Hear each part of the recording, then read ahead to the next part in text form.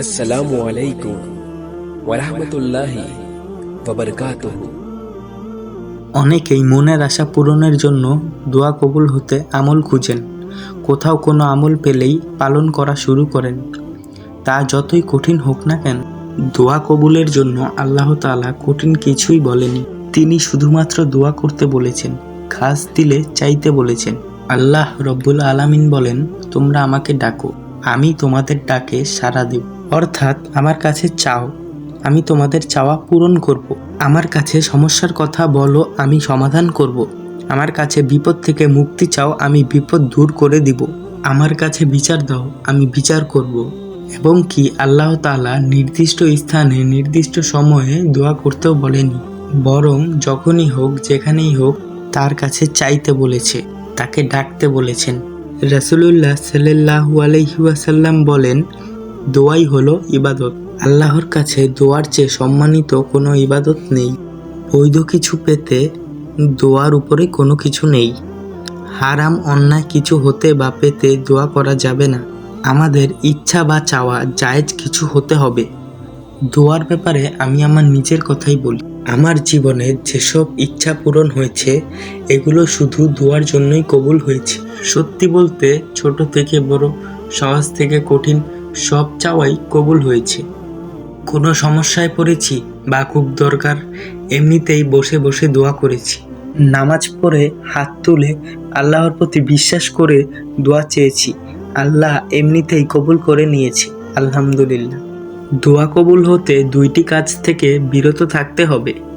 প্রথমত, উদাসীন অন্তর নিয়ে দোয়া না করা, অর্থাৎ মুখে দোয়া করলেও মনে মনে দোয়ার প্রতি পূর্ণ মনোযোগ নেই, বরং উদাস হয়ে শুধু মুখে দোয়া আড়ানো। এভাবে দোয়া করার কোনো মানে নেই। হযরত মুহাম্মদ সাল্লাল্লাহু আলাইহি ওয়াসাল্লাম বলেন, তোমরা দোয়া কবুল হওয়ার দৃঢ় আশা নিয়ে দোয়া করবে। জেনে রাখো, উদাসীন ও অমনোযোগী মনের দোয়া আল্লাহ কবুল করেন না। দ্বিতীয়ত, দোয়া কবুল হতে দেরি হলে নিরাশ না হওয়া এবং বলা যে আল্লাহ আমার দোয়া তো কবুল করলেন না, আমার দোয়া কবুল হয় না। এই অভ্যাস অনেকেরই আছে, অথচ এরূপ করা মোটেই ঠিক না। রাসূলুল্লাহ সাল্লাল্লাহু আলাইহি ওয়াসাল্লাম বলেন, তোমাদের প্রত্যেক ব্যক্তির দোয়া কবুল হয়ে থাকে যদি সে তাড়াহুড়া না করে। রাসূলুল্লাহ সাল্লাল্লাহু আলাইহি ওয়াসাল্লাম আরও বলেন যে, যখন কোনো মুমিন ব্যক্তি দোয়া করে, যে দোয়াতে কোনো পাপ থাকে না ও আত্মীয়তার সম্পর্ক ছিন্ন করার বিষয় থাকে না, তাহলে আল্লাহ 3 পদ্ধতির কোনো এক পদ্ধতিতে তার দোয়া অবশ্যই কবুল করে নেন। সে যে দোয়া করেছে পুরোপুরি সেই দোয়াই আল্লাহ তাআলা কবুল করেন, অথবা আখিরাতের জন্য এই দোয়া সংরক্ষণ করেন, কিংবা এই দোয়ার মাধ্যমে তার আগত বিপদ তিনি দূর করে দেন। এই কথা শুনে সাহাবীগণ বলেন, আমরা তাহলে অধিক পরিমাণে দোয়া করতে থাকব। রাসূল সাল্লাল্লাহু আলাইহি ওয়াসাল্লাম বলেন, তোমরা যত প্রার্থনাই করবে আল্লাহ তার চেয়ে অনেক বেশি কবুল করতে পারেন।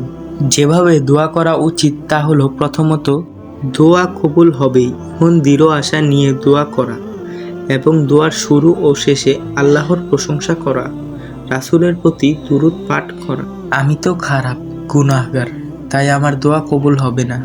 দোয়া করার সময় এসব বিষয় চিন্তিত না হয়ে আল্লাহর কাছে চেয়েছি, তিনি ফিরিয়ে দেবেন না এমন আশা নিয়ে দোয়া করতে হবে। তবে গুনাহ থেকে সরে আসা অবশ্যই জরুরি।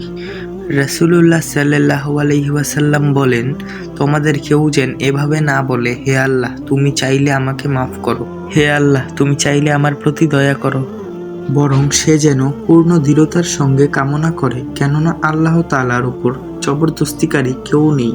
অপর একটি হাদিসে রাসূল সাল্লাল্লাহু আলাইহি ওয়াসাল্লাম বলেন, আমার বান্দার ধারণা অনুযায়ী আমি আছি, আর যখন সে আমাকে ডাকে আমি তার ডাকে সাড়া দেই। দ্বিতীয়ত, দোয়ার ক্ষেত্রে হাত তুলে দোয়া করাটা অনেক গুরুত্বপূর্ণ।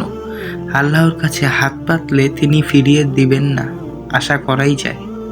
তৃতীয়ত, দোয়া কবুল হতে বিশেষভাবে দোয়া কবুল হওয়ার গুরুত্বপূর্ণ সময়গুলোতে দোয়া করা উচিত। এছাড়াও রাতে দোয়া কবুল হওয়ার সুযোগ বেশি। রাতের যে কোনো অংশে ঘুম হতে থাকলে যে কোনো দোয়া করা যায়। দোয়া দ্রুত কবুল হওয়ার জন্য তাহাজ্জুদের নামাজ পড়ে দোয়া করলে খুব তাড়াতাড়ি দোয়া কবুল হয়। মনের বৈধ ইচ্ছা বা চাওয়া পূরণ হতে অথবা বিপদ আপদ কষ্ট থেকে মুক্তি পেতে নিয়মিত তাহাজ্জুদ পড়ে দোয়া করা যথেষ্ট। এছাড়া যে কোনো প্রয়োজন পূরণ হতে সালাতুল হাজত নামাজ পড়ে দোয়া করা যায়। হাজতের নামাজ পড়ে দোয়া করলে তা কবুল হয়।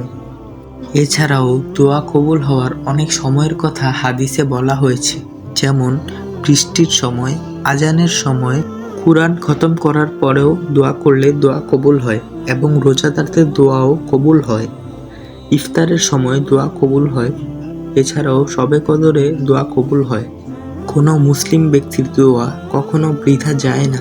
শুধুমাত্র এটা বুঝতে হবে যে আল্লাহ ন্যায় বিচারক, তিনি পরম দয়ালু এবং তিনি তার কাজ পূর্ণ করবেন।